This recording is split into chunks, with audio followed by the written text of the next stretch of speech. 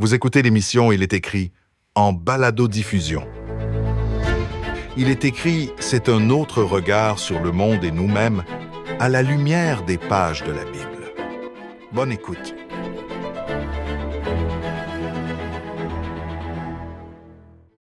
Le 20 janvier 1974 apparaissait pour la première fois sur le petit écran au Québec une émission animée par le pasteur Georges Hermance et qui avait pour vocation de faire connaître et d'expliquer au grand public les grands thèmes de la Bible.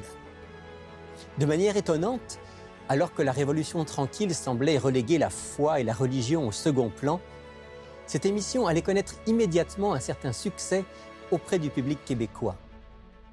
Et 50 ans plus tard, elle existe toujours.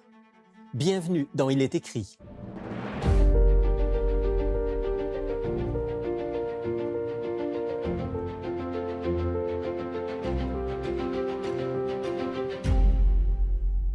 Bonjour à tous. Eh oui, Il est écrit a déjà 50 ans, même un petit peu plus. Et aujourd'hui, on va donc prendre le temps de faire une petite rétrospective historique, surtout d'exprimer notre reconnaissance pour l'aventure que ça a représenté. Mais avant de retrouver d'autres membres de l'équipe, permettez-moi de prendre quelques minutes pour vous rappeler le sens profond du titre de notre émission. Il est écrit. Il est écrit, ça fait bien sûr référence au texte de la Bible, l'Ancien et le Nouveau Testament. Un texte millénaire, un texte point de repère, et j'en suis convaincu, un texte inspiré. Un texte toujours d'actualité, malgré les différences entre le Proche-Orient ancien et notre époque moderne. L'écrivain allemand bien connu, Johann Wolfgang von Goethe, a bien exprimé la place spéciale de la Bible dans la littérature de l'humanité. Il écrit que le monde progresse tant qu'il veut, que toutes les branches des connaissances humaines se développent au plus haut degré.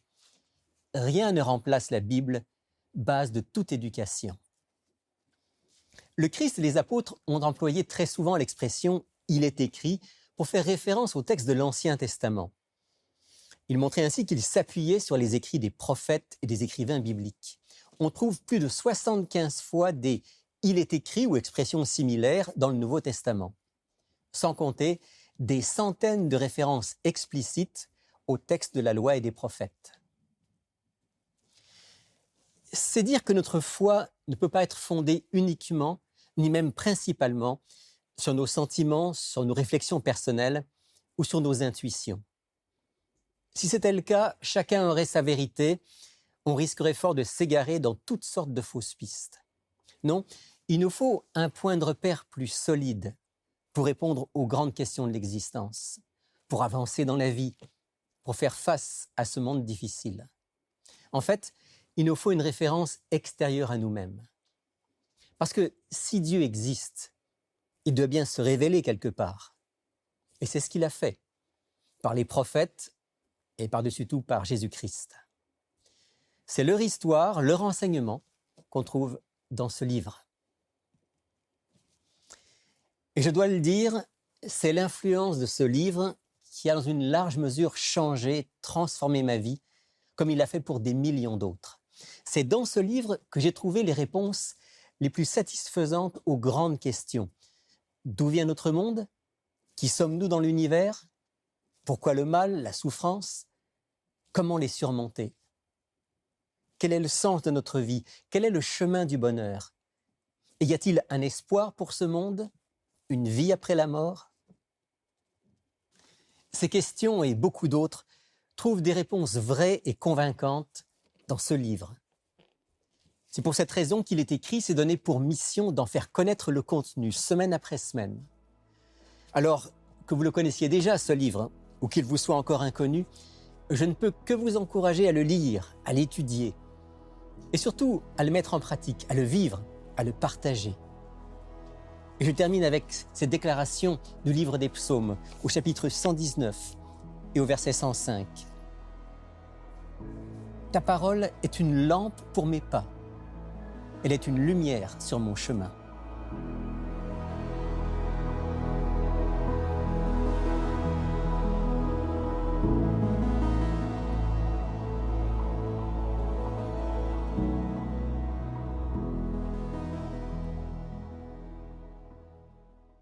Bonjour Patrick. Bonjour Rémi. Et bonjour Lydia. Bonjour. Alors, on va faire un saut dans le temps. On va retourner 50 ans en arrière. Première diffusion d'une émission Il est écrit. À l'époque, Lydia, tu es une petite fille. Oui. Et tu te souviens de cette première émission. Dis-nous pourquoi. Tout à fait. En fait, Georges Hermance, qui était le présentateur, et mes parents étaient des amis de longue date. Donc, c'est sûr qu'ils ont travaillé ensemble et tout ça. Et quand est venu le moment de diffuser cette première émission, il y a, comme on le sait, aujourd'hui, il y a encore l'offre du jour pour que les gens puissent communiquer avec nous. Et donc, à l'époque, c'était le même principe. Les gens téléphonaient et puis il y avait quelqu'un qui leur répondait au bout du fil.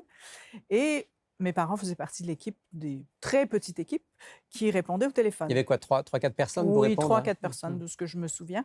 Et bon, tout le monde était un peu dans l'expectative, mais jamais ils avaient imaginé le flot de téléphones et de demandes qui étaient arrivées. Donc, finalement, ça a duré peut-être une semaine ou deux avec cette petite équipe-là. Et très rapidement, ils ont dû changer de local. Et, parce qu'en fait, il y a eu énormément d'appels. Trop d'appels. Et ils ne pouvaient pas faire face. Et donc, ils se sont rendus compte. Eux, ils pensaient qu'il allait avoir quelques appels. Puis là, ça n'arrêtait pas de sonner. C'était par ça dizaines, n'arrêtait par pas centaines. de sonner. C'était affreux. Enfin, c'était super. Mais je voyais, moi, enfant, je regardais ça, je voyais que les gens étaient un peu débordés. Donc, c'est ça. Quelques semaines après, ils ont changé de local. Ils sont allés dans un endroit plus grand, avec plus de téléphones, plus de personnes pour répondre. Et donc là, c'est là que ça a vraiment pris son essor. Et puis l'émission s'est développée au fil s'est des mois et des années. C'est ensuite, ça, elle avec, est devenue très populaire avec Georges ici au Québec. On est ici 50 ans plus tard. Quel sentiment est-ce que ça fait naître en toi de faire partie d'Il est écrit encore aujourd'hui? Ben écoute, moi, honnêtement, je n'avais jamais pensé que 50 ans plus tard, je serais ici à vous parler à tous les deux. Mais oui, ça me rend fière parce que c'est un accomplissement. Parce que pour qu'une émission puisse durer autant d'années, puis c'est pas une émission de variété, c'est une émission qui parle de religion, de famille, etc. Ouais. Donc, c'est vraiment un exploit. Donc, pour moi, je suis très fière de ça. Ça veut dire que quelque part, on a répondu à un besoin, on répond encore à un besoin des gens ici au Québec. Alors, on a parlé donc de Georges Hermance, qui était le premier animateur. On va prendre juste quelques instants pour voir un extrait de ce qu'était l'émission Il est écrit du temps de Georges Hermance, qui malheureusement est décédé il y a quelques années. Oui. L'eau agit pour modifier les températures extrêmes. Je crois que l'Esprit de Christ agit sur nous et en nous aussi pour modifier les extrêmes. Son esprit a un effet stabilisateur merveilleux dans nos vies. Juste après que Jésus ait dit à ses disciples qu'il allait leur envoyer son esprit pour les enseigner et les conseiller, il ajouta ceci. Nous le trouvons dans l'évangile de Jean au chapitre 14 et au verset 27.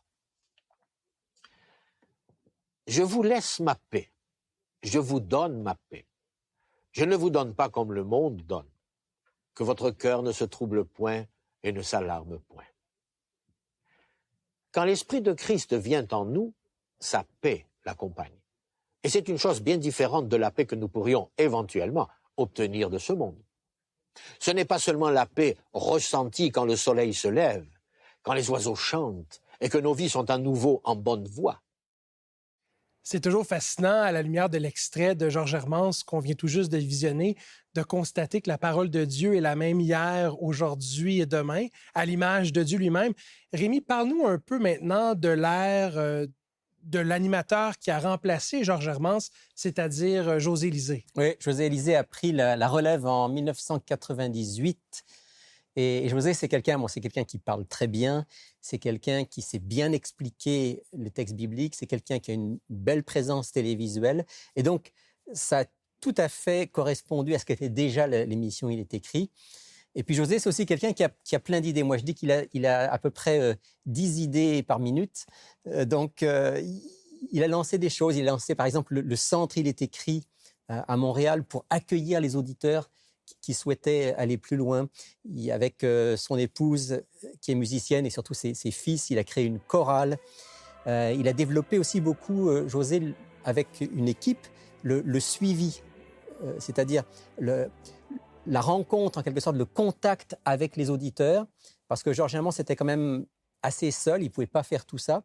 Autour de José s'est créée une équipe, et je crois que pendant les plus de 10 ans où José a été l'animateur d'Il est écrit, l'émission a beaucoup progressé. Et justement, cette idée de suivi avec les auditeurs, c'est fondamental à ce qu'il est écrit essaie de continuer de faire. Absolument. Notre objectif, c'est de pouvoir rentrer en contact avec nos auditeurs, de répondre à leurs besoins, de les aider à avancer spirituellement à travers ce livre. Rémi, je te propose qu'on aille justement visionner un extrait de l'une des émissions d'Il est écrit dont José était l'animateur. Il existe encore quelques 2500 personnes en Amérique du Nord qui pratiquent ce rite. De temps à autre, il arrive que des fidèles se fassent mordre et quelques-uns en décèdent. Comment explique-t-il ces accidents? Très simplement, le manque de foi. Pour la plupart d'entre nous, le fait de se saisir de serpents venimeux semble une absurdité. Mais si vous demandez à un manipulateur de serpents pourquoi il le fait, il vous répondra par des citations de la Bible du genre « Il est dit dans Marc, chapitre 16, verset 18, que vous saisirez des serpents. C'est un ordre. Dieu vous demande clairement de le faire. » Et à première vue, certaines personnes pourraient être tentées de penser qu'il a raison. Mais lorsque vous situez le texte de l'Évangile de Marc dans le contexte biblique, cet argument ne tient pas la route. Permettez-moi de vous relire ce texte de Marc à partir du verset 15. Nous parlions de José Lisée et nous avons visionné l'extrait. Et justement, toute cette question de suivi, à quel point elle est importante. À l'époque, il y a eu aussi la venue de Jean-Guy Tremblay. Oui, Jean-Guy Tremblay était justement responsable du contact avec les auditeurs, de ce qu'on appelle le suivi des auditeurs. C'était quelqu'un dont sans doute plusieurs auditeurs se souviennent, quelqu'un qui avait un grand sens de l'humour, très dynamique. Et on l'a rencontré justement en préparant cette émission. On lui a demandé de nous dire en quelques mots ce qu'il pensait justement de José Élisée, puis quelle avait été son expérience. On peut regarder ensemble si tu veux, Patrick. Tout à fait, allons à l'extrait. Je peux vous dire que le pasteur Élisée, c'était un très grand visionnaire.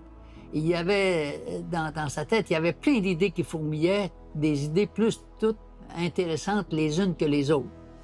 Alors, ça a été assez spécial de voir que ça a commencé tout petit, mais après ça, par la grâce de Dieu, un nouveau bâtiment s'est ajouté. On a acheté un bâtiment et ça a été une expérience fantastique de voir comment les gens ont aimé ce programme-là et comment ça a fait la différence dans beaucoup de foyers. Alors, quand on m'a demandé de faire partie de cette équipe-là, pour moi, c'était de pouvoir entrer en contact avec ceux qui écoutaient le programme Il est écrit.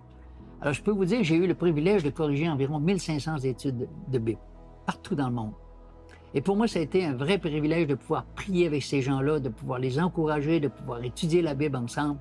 Alors, je crois que ce sera seulement à la lumière de l'éternité que nous pourrons voir jusqu'à quel point ces émissions ont eu un impact dans la vie de ceux qui l'ont visionné.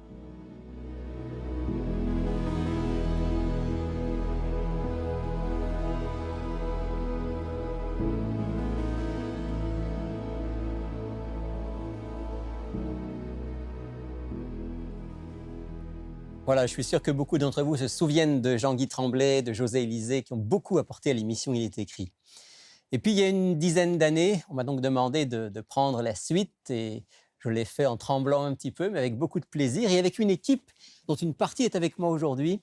Alors, on accueille Alberto. Salut Alberto. Bonjour. France, content de te Bonjour. retrouver. Moi aussi. On parlait un tout petit peu de cette période-là, ces 10 dernières années, qui ont été des années au cours desquelles il y a eu pas mal d'évolutions dans Il est écrit. Par exemple, France, à quoi tu penses ce qu'on a vécu ces 10 dernières années qui était un peu nouveau? Ben moi, personnellement, ce que je retiens beaucoup, c'était la façon que tu as porté les sujets, Rémi. Donc, il y avait beaucoup plus de témoignages, il y avait beaucoup plus de sujets qui concernent la famille, que ce soit la santé, l'alimentation. C'était comme une autre façon d'aborder les sujets. Puis, je crois que les gens, il y en a beaucoup qui se sont sentis plus concernés, que ça les touchait plus. Donc, moi, personnellement, je trouvais que c'était quelque chose, une petite évolution quand même là, importante qui s'est faite. Là. On a eu beaucoup d'entrevues, de témoignages, Ouais. effectivement. Et puis on est rentré dans l'ère numérique, hein.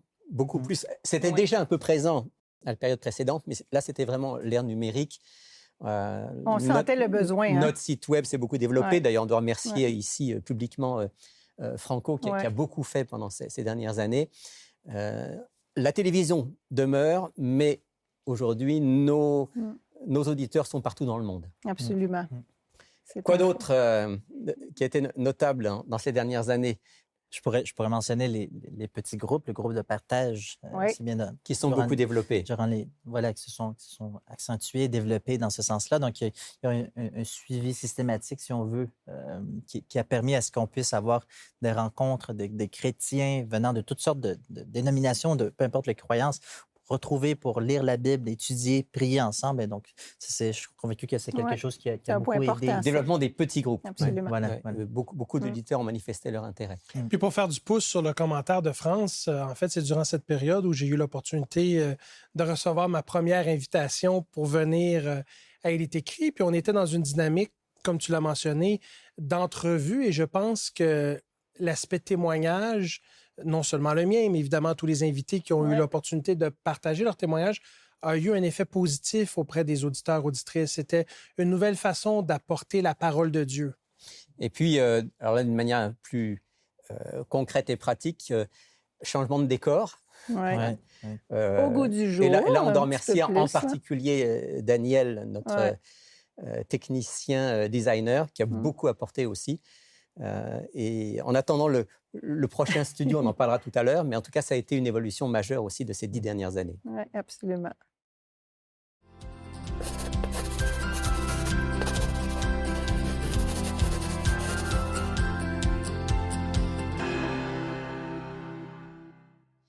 Alors, on va maintenant prendre un petit moment pour parler de ce qui est peut-être le plus important pour nous en tant qu'équipe d'Il est écrit, c'est le contact avec nos auditeurs.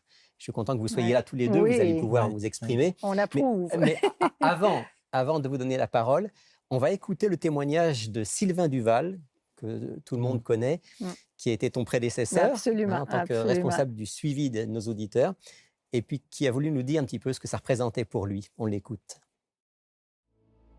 C'était un privilège pour moi parce que chaque coup de téléphone, chaque appel a été un moment comme un coup de cœur parce qu'en réalité, chaque auditeur a exprimé de façon naturelle leurs besoins, leurs questionnements. Et comme vous savez, bon, Elle est écrit, on a toujours eu l'habitude de prier pour les auditeurs aussi à tous les mercredis matins à l'époque. Donc, c'était une expérience mémorable d'être en contact avec les auditeurs parce que cette expérience-là a façonné mon cœur à travers le temps pour l'Évangile. Alors, tous les deux, vous avez pris la suite de Sylvain dans ce contact avec les auditeurs. Dites-nous un petit peu alors ce que ça vous apporte, ce que vous retenez de cette mission qui est la vôtre, d'être en contact avec nos auditeurs. Ben, moi, je ne peux qu'aller dans le même sens que Sylvain. Je pense que Alberto va être d'accord avec moi. On reçoit beaucoup, en fait, quand on fait ce travail. On est vraiment sur le terrain, on est en contact avec les gens, on fait du bien, on partage l'Évangile, on écoute, on prie avec les gens, on est au cœur de la mission. Est-ce qu'il y a quelque chose, une expérience, par exemple, rapidement, dont tu te souviens, France, qui t'a marqué? Bon, c'est sûr qu'il y en a plusieurs, mais je me souviens en particulier, à un moment donné, on faisait des appels pour un événement particulier, puis je me souviens que cette journée-là, il y a 2 ou 3 dames différentes qui se sont succédées dans mes appels, que chacune était très malade. Une que ses jours étaient comptés, l'autre qui venait d'apprendre un cancer. Des événements comme ça. Alors, tu ne t'attends pas à ça, mais tu es là, tu écoutes, ça lui fait du bien, tu pries avec eux, ça change leur vie, ça les encourage, on leur apporte des versets bibliques, on leur donne de l'espérance, on leur parle de Dieu. La majorité, quand on tombe dans des appels comme ça, ils prient avec nous, mais ils pleurent, ils remercient. C'est vraiment le cœur de l'Évangile qu'on vit. De la vie des gens Absolument. et de l'espoir qu'on peut leur amener en Jésus-Christ. Ça change beaucoup. Et toi, Alberto? Voilà, c'est la raison d'être. Hein. C'est-à-dire, moi, une partie que j'aime beaucoup, c'est justement faire ce qu'on lit, que Jésus a fait dans les évangiles, c'est de pouvoir pouvoir parler avec l'autre personne, écouter son besoin concrètement. De manière personnelle. Hein. Voilà, donc il y a une dame que j'appelle pour savoir comment est-ce qu'elle a trouvé le livre ou la Bible qu'elle avait acheté. Et elle me dit que, comme quoi qu'elle est vraiment malade et en plus de ça, sa famille, elle n'a pas de contact avec sa famille. Donc, comme quoi qu'il y a un grand vide qu'elle ressent. Ça me permet de pouvoir échanger avec elle, de pouvoir dire qu'elle n'est pas seule, pouvoir dire que... Et à partir de là, on y a gardé contact avec elle. Et ça me permet de voir à la toute fin de l'appel, de la prière, je me suis dit, Seigneur, merci parce que je croyais, j'étais convaincu que le Seigneur était avec moi alors que je parlais au téléphone avec elle. Il y a un autre monsieur avec lequel on est rentré en contact parce qu'il avait sa Bible, il étudiait sa Bible, il a découvert quelque chose d'important dans la Bible. Il est allé chercher sur YouTube, il est tombé sur l'émission. Il est écrit, il a vu qu'il est écrit, on présentait ce qu'il venait de découvrir. Une vérité biblique. Il était vraiment content de l'avoir appris et puis à partir de là, on est devenus amis. Pourquoi? Parce qu'on a cette même vision. On veut mieux connaître Jésus et sa parole. Et être fidèle à sa parole. Ouais. Et puis, bien sûr, les petits groupes, on l'a mentionné déjà un peu tout à l'heure, ça c'est aussi au cœur de... Absolument, parce que là, on est en personne avec les gens. Là, puis comme tu as mentionné, il y a des gens de différentes dénominations au milieu de nous. Donc, on se retrouve dans le respect, dans le non-jugement. On vit des choses exceptionnelles dans l'acceptation, effectivement. Donc, on a développé beaucoup de petits groupes. Donc, on est reconnaissant à nos auditeurs de nous faire confiance, de prendre contact avec nous et de ce que Dieu nous permet de vivre avec eux. Voilà.